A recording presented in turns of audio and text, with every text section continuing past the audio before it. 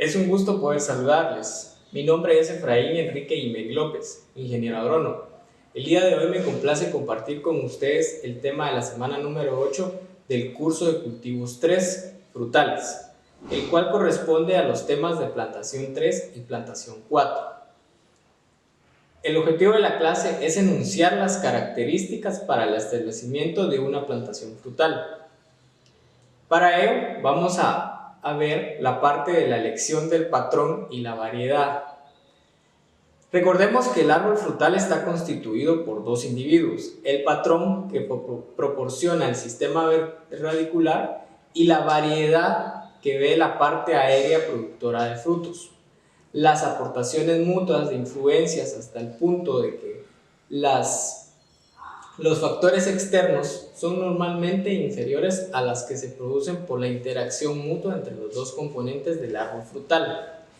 ¿Cuál es la influencia del patrón sobre la variedad? Primero, no se reflejan de forma uniforme en las distintas variedades injertadas sobre un mismo patrón. Sobre el vigor o desarrollo del árbol tiene influencia, igual que en el tamaño, la calidad y la coloración de los frutos. Influye también en la productividad y en la precocidad en la maduración, y tiene una sensibilidad a factores limitantes del suelo. ¿Cuáles son las características que deben reunir un buen patrón?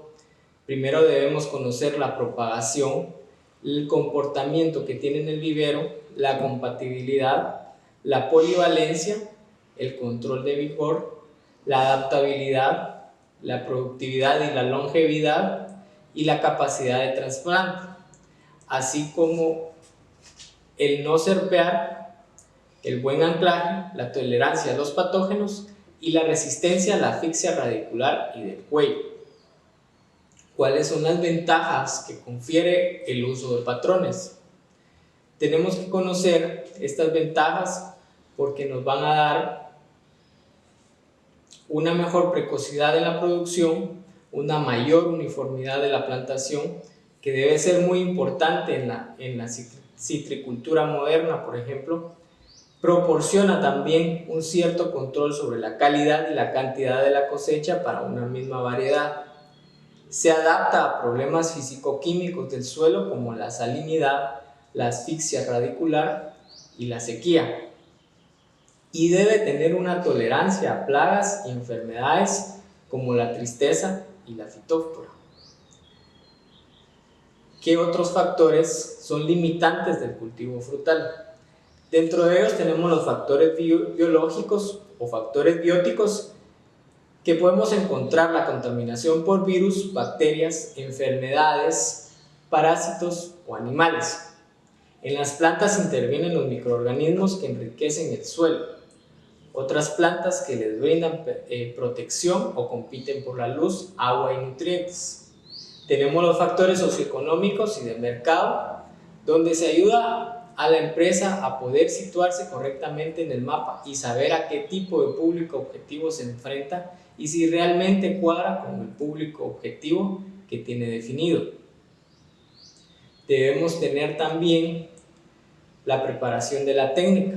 Para que los productores deban tener una preparación técnica profunda y deben estar apoyados por un cuerpo técnico competente que esté dispuesto a transmitir la experiencia de un productor a los demás del grupo.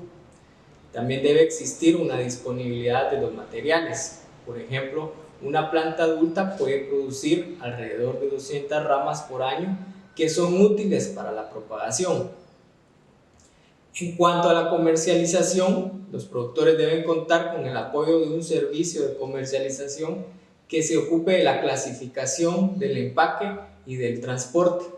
El productor no debe emplear su tiempo en estas tareas de organización del mercado. Y el tamaño de las unidades de producción, porque la expansión de la superficie frutal se da preferentemente por los predios medianos, en tanto que los predios pequeños y los grandes se registra una declinación de la superficie plantada, así como una facilidad crediticia. Debido al tamaño de las inversiones de los cultivos frutales, el agricultor debe tener a su disposición créditos atractivos tanto en términos de la cantidad concebida como del interés.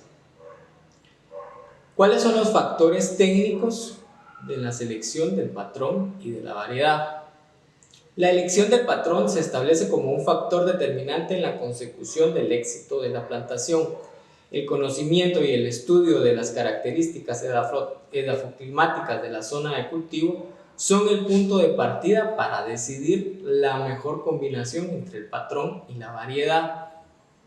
El patrón es un centro de síntesis de señales químicas capaces de modificar la fisiología y, por tanto, el crecimiento, el vigor, la producción y la fenología de la variedad. La interacción de la variedad y el patrón es extremadamente compleja y por ello hay que elegir cuidadosamente la variedad más adaptada y el patrón más adecuado. Dos partes que son unidas distintas pero interdependientes. Esta combinación de patrón y variedad debe adaptarse a las condiciones ambientales de cada zona geográfica. Por otro lado, debemos de tomar en cuenta el diseño de una plantación frutal. Toda plantación debe diseñarse en base a un estudio exhaustivo de las condiciones agroclimáticas de la zona. En este sentido, el análisis de las temperaturas y de los suelos es fundamental para la elección de las especies, variedades y portainjertos, y así asegurar una buena implantación y producción de los árboles. Siempre que sea posible, se deberá evitar replantar frutales en zonas en las que el cultivo precedente hayan sido esos mismos árboles, para evitar posibles enfermedades producidas por microorganismos del suelo que pudieran estar presentes.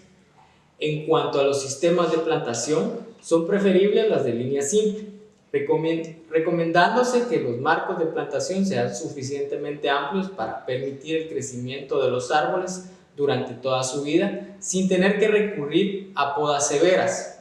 Estos dependerán tanto del patrón utilizado como de la formación de los árboles. Tenemos también los tipos de plantación. En sentido general, se denomina plantación a la acción de plantar y al conjunto de todo lo plantado. Es un sistema agrario latifundista desarrollado principalmente en las zonas intertropicales durante la época colonial, tanto en América como en África y en Asia. Dentro de estos tipos de plantación tenemos los de marco real, que esta disposición de la plantación ha sido la más usada desde hace años cuando la mecanización en las parcelas era baja. En la disposición de marco real, cada 4 plantas configuran un cuadrado de lado A, como lo puede observar en la figura, que se repite en toda la superficie de la plantación.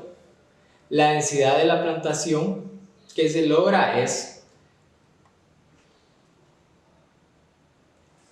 Otro método son las calles. Posiblemente sea la más usada hoy en día, ya que hace compatible una alta densidad de plantación y la mecanización de las labores. En esta disposición, cada 4 plantas configuran un rectángulo de lados A y B, como lo puede observar en la figura, inciso B. Por otro lado está el 3 bolillo. En esta disposición, cada 3 plantas conforman un triángulo equilátero del lado S. Presentan una mayor uniformidad que la disposición en marco real, ya que para una misma separación de las plantas la densidad de plantas es mayor. Y el 5 de oros, que también denominada 3 bolillo irregular, en la que cada 3 plantas conforman un triángulo isósceles del lado M y N. Para el diseño de la plantación debemos de hacer un estudio del terreno.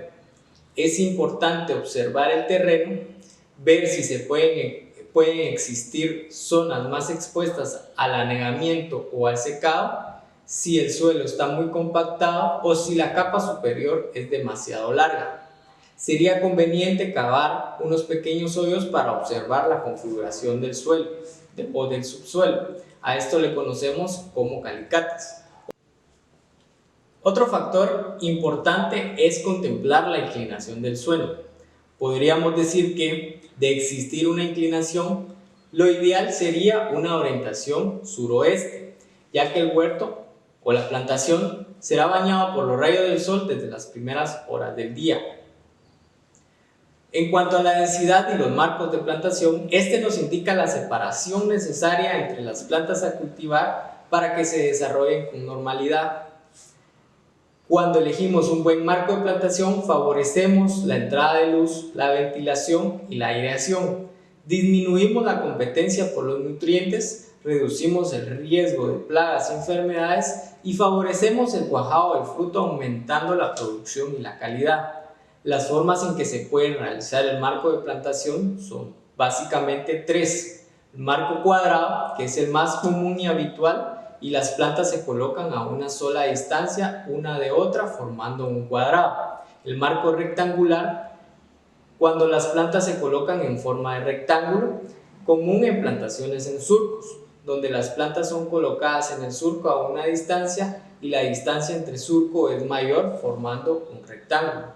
Y el marco tres bolillo, que este es el acomodo, es en forma de un triángulo equilátero, de tal forma que se aproveche la mayor cantidad del espacio sin afectar a la planta, por lo que la densidad es mayor en comparación con los otros dos marcos de plantación. Un ejemplo está en la figura que ustedes pueden observar en pantalla. El marco de plantación dependerá de distintos factores que pueden considerarse. Primero, la planta, que se necesita conocer qué tipo de planta vamos a tener, si crece a lo alto o se desarrolla con mucho follaje. Las condiciones ambientales, por ejemplo la lluvia, el sol, la sequía, van a determinar si requieren de cierto espacio para reducir el daño por factores ambientales o por plagas y enfermedades. La nutrición, que en plantas con requerimientos bajos de nutrientes podríamos tener un marco de plantación que favorezca la densidad de las plantas.